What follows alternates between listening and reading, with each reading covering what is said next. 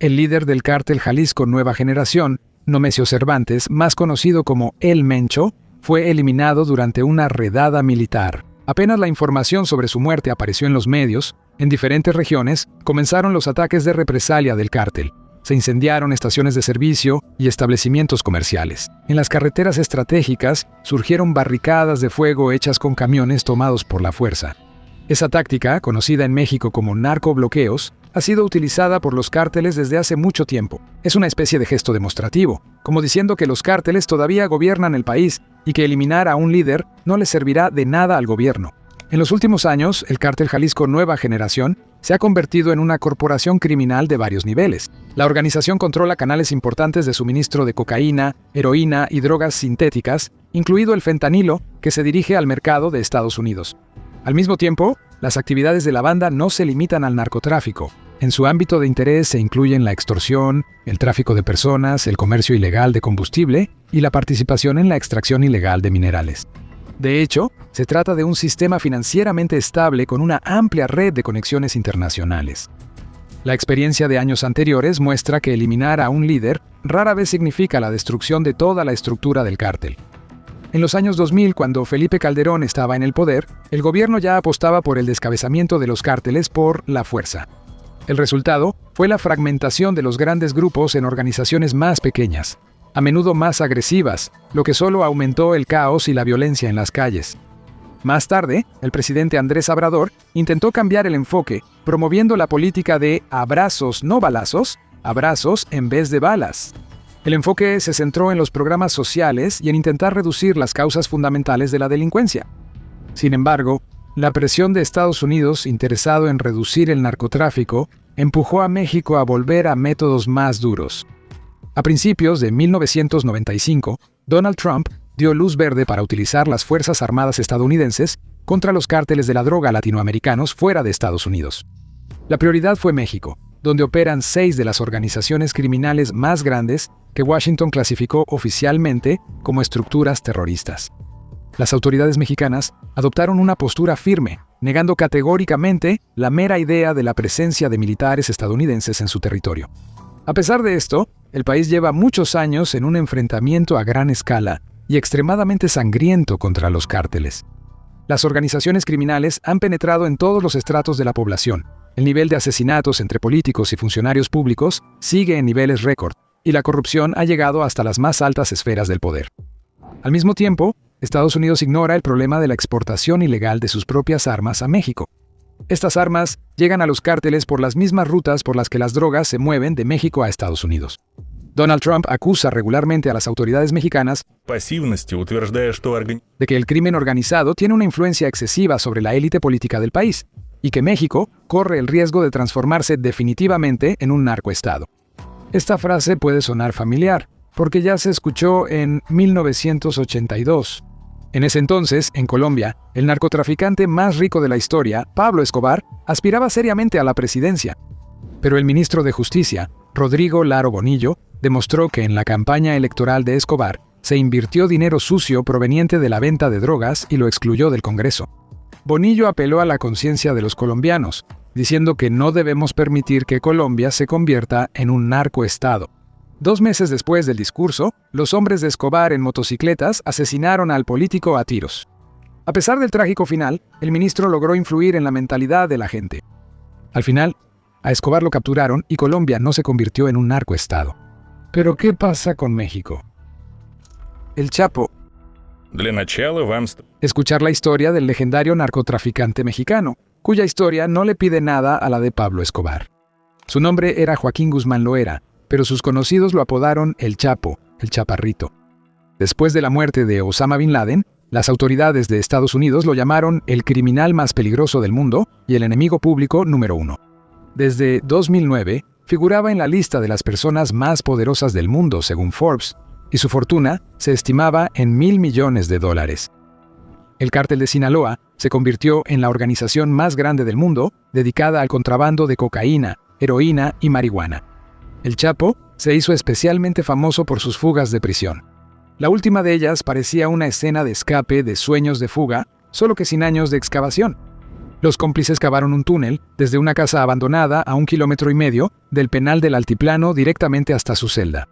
En el pasadizo subterráneo había iluminación, ventilación e incluso una motocicleta. En la celda encontraron un agujero de 50 por 50 centímetros y una escalera que bajaba 10 metros. Según estimaciones de los expertos, para esto fue necesario sacar más de 3,000 toneladas de tierra y hacer alrededor de 380 viajes en camión. Los trabajos debieron haberse realizado las 24 horas durante varios meses. No fue su primera fuga. En enero de 2001, el Chapo desapareció de la prisión más segura de México, Puente Grande. La investigación reveló que lo sacaron en un carrito de ropa sucia y que en el plan participaron 71 empleados, incluido el director de la prisión. En esencia, él pudo haber salido simplemente por la entrada principal. La prisión entera estaba comprada por él.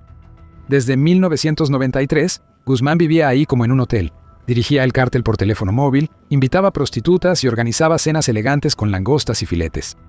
Él solo se fugó porque Estados Unidos insistía en su extradición. En los tribunales estadounidenses lo esperaban cargos por todos los pecados mortales. Después de su primera fuga, el Chapo desató una guerra contra sus rivales por el control del narcotráfico a lo largo de la frontera con Estados Unidos. Actuaba con mano dura y rápidamente aumentaba su influencia. Para no ser capturado de nuevo, el Chapo se sometió a una cirugía plástica, se dejó crecer el bigote y cambió su apariencia. La policía no sabía durante mucho tiempo cómo se veía y varias veces arrestó a personas que se le parecían. Desde 2001, Guzmán se escondía en las montañas de la Sierra Madre Occidental. Cambiaba de ubicación todos los días, vivía en una de las 12 casas fortificadas y se movía acompañado de cientos de guardias armados. En cada casa había un sistema de cámaras ocultas y pantallas de videovigilancia alrededor del perímetro. Pero la principal razón de su capacidad para no ser capturado fue una red de túneles subterráneos. A principios de los años 90, el arquitecto Felipe de Jesús Corona Berber construyó por encargo de él almacenes secretos bajo las casas, y luego túneles para escapar en caso de peligro. Algunos de ellos se extendían por más de 1 kilómetro y contaban con ventilación, suministro eléctrico, drenaje e incluso rieles para carritos. Ni siquiera los guardias más cercanos sabían sobre los túneles. Durante las redadas policiales, Guzmán presionaba un interruptor o conectaba un enchufe, la bañera se levantaba y debajo de ella se abría una entrada secreta. Más tarde, él se dio cuenta de que los túneles también podían usarse para el narcotráfico. El mismo arquitecto diseñó un pasadizo subterráneo entre la ciudad mexicana de Agua Prieta y Douglas, en Estados Unidos. Esto fue un gran avance. La mayor parte de las drogas en Estados Unidos empezó a entrar precisamente bajo tierra. Los agentes antidrogas estadounidenses descubrieron no menos de 90 túneles del cártel de Sinaloa. Después, el comportamiento de El Chapo cambió. Se casó con Emma Coronel, de 18 años, quien exigía entretenimiento. El Chapo redujo su seguridad, empezó a pasar más tiempo en las ciudades y a llevar una vida más abierta. Antes de sus visitas a los restaurantes, los sicarios pedían amablemente a los clientes que entregaran sus teléfonos, y después de la cena, Guzmán pagaba todas las cuentas y devolvía los dispositivos. Él se guiaba por el dicho, es mejor vivir un año intenso que 10 aburridos. Y eso fue precisamente su error fatal. En 2012, la Agencia Antidrogas de Estados Unidos rastreó su teléfono inteligente. En febrero, casi fue capturado mientras descansaba con una prostituta. Al darse cuenta de que lo estaban vigilando, Guzmán le dio el teléfono a un subordinado y se escondió. Más tarde, cambió a un complicado esquema de comunicación en espejo a través de intermediarios, iPad, iMessage y redes Wi-Fi abiertas. Funcionaba, pero aún así no lograban rastrearlo por completo. Sin embargo, en febrero de 2014, Guzmán fue capturado en la ciudad turística de Mazatlán. Él creyó tanto en su propia capacidad de evadir la captura que bajó la guardia. Lo detuvieron sin que se disparara ni un solo tiro. En la operación participaron infantes de Marina mexicanos, la Administración para el Control de Drogas de Estados Unidos y el Servicio de Alguaciles Federales de Estados Unidos. La ubicación del narcotraficante fue revelada por 2 de sus subordinados de confianza arrestados por la policía. Según una versión, se les aplicaron torturas. Antes de eso, los investigadores fueron desmantelando poco a poco su círculo cercano, interceptando conversaciones y localizando a los mensajeros. Por información sobre él, Estados Unidos ofrecieron una recompensa de $5 millones. Como ya dijimos al principio de este capítulo, una vez más, el chaparrito escapó de la prisión. Pero después de 2 años, el Chapo fue capturado de nuevo. Y esta vez, al parecer, para siempre. Lograron capturarlo gracias a la correspondencia romántica con la actriz mexicana de 43 años, Kate Ilio. Además, el chaparrito quería que hicieran una película sobre él. Se reunió con actores y productores y con eso ayudó a la investigación a llegar hasta él mismo. El actor Sean Penn entrevistó a El Chapo para la revista Rolling Stone, lo que ayudó a las autoridades a seguirle la pista al narcotraficante. Guzmán le concedió la entrevista a Penn porque quería que en Hollywood hicieran una película sobre su vida. Y luego pasó lo que temía cualquier narcotraficante sudamericano. Se inició el proceso de su extradición a Estados Unidos. Después de su arresto en México, comenzó una guerra por el control del cártel de Sinaloa. Y en febrero de 2019, el jurado de un tribunal estadounidense emitió un veredicto de culpabilidad para Guzmán. Fue condenado a cadena perpetua sin derecho a libertad condicional, donde permanece hasta el día de hoy. La comida de prisión para el chaparro es revisada por un perro de servicio especialmente entrenado para detectar veneno. Sin embargo, quizás vuelvan a escuchar ese nombre en las noticias. Tal vez no convenga descartar al maestro de las fugas de prisión. La magnitud del crimen. Ahora volvamos a la actualidad. Al ver las noticias de Estados Unidos, la presidenta de México, Claudia Sheinbaum, declaró que no habrá presencia militar estadounidense en el país y que no se habla de ninguna invasión. También dijo que propuestas similares se han planteado repetidamente durante los contactos telefónicos con Washington, pero cada vez la parte mexicana respondía con un rechazo absoluto. Sheinbaum se convirtió en la primera mujer en asumir el cargo de presidenta de México en toda la historia de más de 200 años del país. Según encuestas independientes, el nivel de apoyo al gobierno es bastante alto, alrededor del 80%. A la gente le gustan todo tipo de programas sociales, como la ampliación de la ayuda a los pensionados y a las personas de bajos recursos, así como la inversión de dinero en la educación. Pero eso no cambia la opinión generalizada de que, sencillamente, el país no es seguro. Según datos del Instituto Nacional, alrededor del 60% de los habitantes del país no se sienten seguros en su vida cotidiana. La guerra del gobierno contra el narcotráfico ya lleva 20 años. Comenzó en 2006 cuando el presidente Felipe Calderón envió tropas federales a Michoacán para sofocar los enfrentamientos entre grupos rivales. Pero con el paso del tiempo, la sangre sigue corriendo igual que antes. Desde 2015, más de 300,000 personas han muerto como resultado de los enfrentamientos entre cárteles y con las fuerzas de seguridad. Al mismo tiempo, el número de militares involucrados en operaciones contra el crimen solo sigue aumentando. Se multiplicó por 2,5 entre 2007 y 2014 y hoy en día hay impresionantes 100,000 personas bajo las armas. A pesar de esto, el nivel de homicidios en el país sigue siendo extremadamente alto. En 2024, se registraron más de 33,000 muertes violentas en promedio, alrededor de 85 por día. La tasa de mortalidad es aproximadamente 5 veces mayor que en Estados Unidos. Una estadística trágica aparte sigue siendo la de los desaparecidos. La Comisión Nacional de Búsqueda informa que desde 2010 más de 103,000 personas han sido reportadas como desaparecidas en el país. En el territorio de México se han encontrado más de 5,500 fosas comunes. En muchos casos, los cuerpos fueron quemados o destruidos con sustancias químicas, lo que hacía imposible su identificación. En cuanto a los cárteles, el número de combatientes llega a 185,000 personas, lo que es comparable con la mitad del personal del ejército regular. Al mismo tiempo, cada año se introducen ilegalmente en México al menos 200,000 armas desde el Estado. A pesar de las reclamaciones de muchos años por parte de la Ciudad de México, parece que a Washington no le preocupa mucho combatir este flujo. En la vida cotidiana, los políticos y funcionarios, especialmente a nivel regional, son particularmente vulnerables. La campaña electoral de 2024 se ha convertido en la más violenta del país.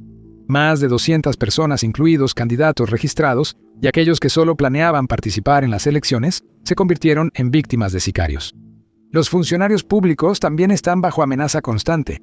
Por ejemplo, en la ciudad fronteriza de Reynosa fue asesinado Ernesto Vázquez, representante especial de la Fiscalía General en la región. Los atacantes lanzaron una granada por la ventana de su camioneta y luego remataron al herido con disparos a quemarropa.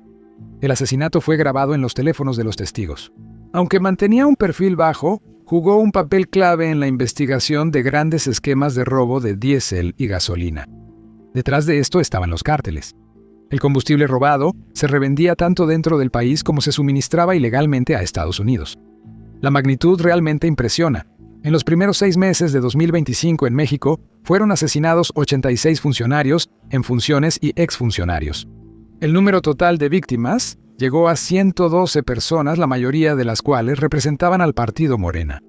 En el centro de la Ciudad de México, bajo las cámaras de videovigilancia, fueron asesinados a tiros la secretaria personal de la alcaldesa de la capital, Jimena Guzmán, y su colega José Muñoz. Al presidente le informaron sobre el doble asesinato justo durante la conferencia de prensa matutina. Los medios de comunicación describieron lo sucedido como un golpe al mismo núcleo de la élite gobernante. Entrega al estilo mexicano. La razón de toda esta crueldad y violencia es el dinero, o más precisamente, la cocaína por la que se obtiene el dinero. La producción industrial de cocaína está prácticamente concentrada en 3 países: Colombia, Perú y Bolivia. Es en estas regiones donde la combinación de clima, altitud y composición del suelo es más favorable para el cultivo de hojas de coca. Y lo más importante, cerca se encuentra el mayor mercado de consumo, Estados Unidos. Se estima que en Estados Unidos hay alrededor de 22 millones de personas que compran cocaína de manera regular. El mercado europeo también es significativo, sin embargo, debido a 2 factores: el alto costo de la sustancia por los gastos de envío intercontinental y la competencia de drogas sintéticas más baratas. Hoy en día, hasta el 90% de toda la cocaína consumida en Estados Unidos pasa por México. El volumen anual de la sustancia alcanza las 900 toneladas. El envío de drogas a Centroamérica se realiza por vía marítima y aérea, directamente desde Colombia y Perú, o utilizando puntos de tránsito en Venezuela y Ecuador. La ruta terrestre está prácticamente descartada debido a los pantanos de difícil acceso en la región del Darién, en territorio panameño. El transporte marítimo se realiza con lanchas rápidas, que son capaces de evadir la persecución de la Guardia Costera de los países de la región, la cual a menudo cuenta con embarcaciones obsoletas. En una de esas lanchas se cargan en promedio hasta 600 kilogramos de drogas. También se utilizan ampliamente pequeñas embarcaciones de pesca. En este caso, la cocaína se coloca en contenedores herméticos especiales que son remolcados bajo el agua. Si existe la amenaza de una inspección, la carga simplemente se suelta y se hunde. También existe el método clásico de contrabando en portacontenedores oceánicos. Es físicamente imposible revisar todo el flujo de contenedores, solo inspeccionan una pequeña parte. También ayuda el alto nivel de corrupción en los servicios portuarios y aduaneros. El arsenal técnico de los narcotraficantes también se expande constantemente. Uno de los ejemplos más característicos son los submarinos caseros. Aunque no pueden sumergirse a gran profundidad y son relativamente fáciles de detectar desde el aire, su ventaja es evidente. Permiten transportar hasta 15 toneladas de drogas en un solo viaje y tienen una autonomía considerable. Para el trayecto de Sudamérica a México, solo se necesita repostar una vez. La entrega aérea se realiza en aviones ligeros de baja potencia, conocidos como avionetas. Debido a su pequeño tamaño, estos aparatos no pueden transportar grandes cargamentos, pero siguen siendo utilizados debido al escaso control aéreo. Por ejemplo, en Guatemala solo funciona una estación de radar en el aeropuerto de la capital. Solo controla 1/3 del espacio aéreo del país. Además, las avionetas no son exigentes. Las pistas de aterrizaje son simplemente tramos de tierra apisonada ubicados en terrenos que pertenecen a los narcotraficantes. En el territorio de Guatemala existen hasta 800 pistas de este tipo. Estos aviones se utilizan con especial intensidad para el traslado de cocaína. Los vuelos se realizan desde 7 provincias venezolanas. La amplia escala del narcotráfico en el país con la presidencia robada se explica fácilmente. El control de los flujos clave allí lo ejerce el cártel Los Soles. Está compuesto por oficiales activos y retirados de las Fuerzas Armadas de Venezuela. Se le atribuye un papel de liderazgo en esta estructura a Diosdado Cabello. Esta persona está directamente vinculada con el régimen gobernante, aunque esté descabezado. Aseguraron la lealtad de la alta cúpula militar hacia el presidente Nicolás Maduro. Un cambio de poder casi inevitablemente significaría para ellos un enjuiciamiento penal y penas de prisión. Sin embargo, hasta ahora no se han observado purgas a gran escala. Al parecer, el régimen no ha cambiado tanto. Después de cruzar Centroamérica, los cargamentos de drogas se dirigen a México. La ruta principal en esta etapa sigue siendo la del Pacífico, que hoy en día juega un papel clave en el abastecimiento del mercado estadounidense de cocaína. Cárteles. Los cárteles mexicanos se les sigue llamando con el prefijo narco por inercia, aunque sus actividades hace tiempo que van más allá del comercio de sustancias prohibidas. Han penetrado en la logística alimentaria, el mercado de combustibles, el transporte público e incluso la extracción de recursos. Según el Instituto de Economía y Paz, en 2024, las pérdidas económicas causadas por el crimen ascendieron a una suma equivalente al 18% del PIB, y en algunos estados hasta el 35%. Al calcularlo por cada habitante del país, el daño fue de casi 34,000 pesos, es decir, 148,000 rublos. En pocas palabras, esa es la cantidad con la que cada mexicano puede sentir el impacto económico de los cárteles de la droga.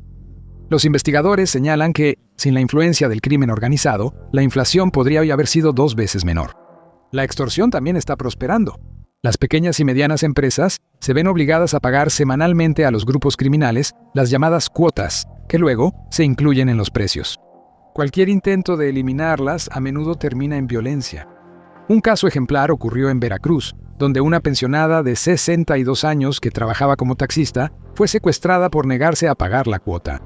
Los criminales grabaron un video con ella, obligándola a pedir públicamente a sus colegas que obedecieran a la mafia. Unos días después, la mujer fue encontrada muerta. La corrupción también está muy mal. En el Índice de Transparencia Internacional, México ocupa el lugar 140. Recientemente, por ejemplo, el exministro de Seguridad Pública, Genaro García Luna, fue condenado a prisión por colaborar con el cártel de Sinaloa, el mismo cártel en el que operaba El Chapo. Incluso la agricultura está involucrada en esquemas criminales. En Michoacán, una región clave en la producción de aguacate, una parte significativa de las nuevas plantaciones se creó mediante la toma ilegal de territorios protegidos. A los habitantes locales se les obligaba a abandonar sus tierras, a veces usando la violencia. Los compradores también señalan el componente criminal de esta industria. Procesos similares se observan en otros sectores, desde el mercado del pollo hasta la producción de tortillas, cuyos precios cada vez más son determinados no por la oferta y la demanda, sino por la presión de grupos criminales.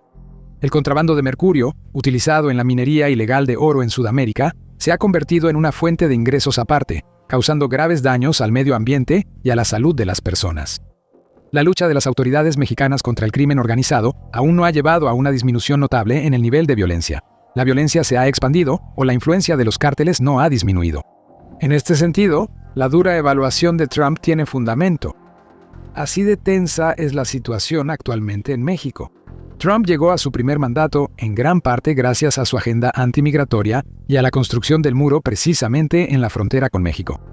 Y además, México es la zona inmediata de Estados Unidos. En su mismo continente, no es como la lejana Groenlandia. Así que es precisamente aquí donde podría estallar el próximo escándalo internacional. Eso es todo por hoy. Apoya nuestro trabajo en este video y nos vemos en los próximos videos en Cramola.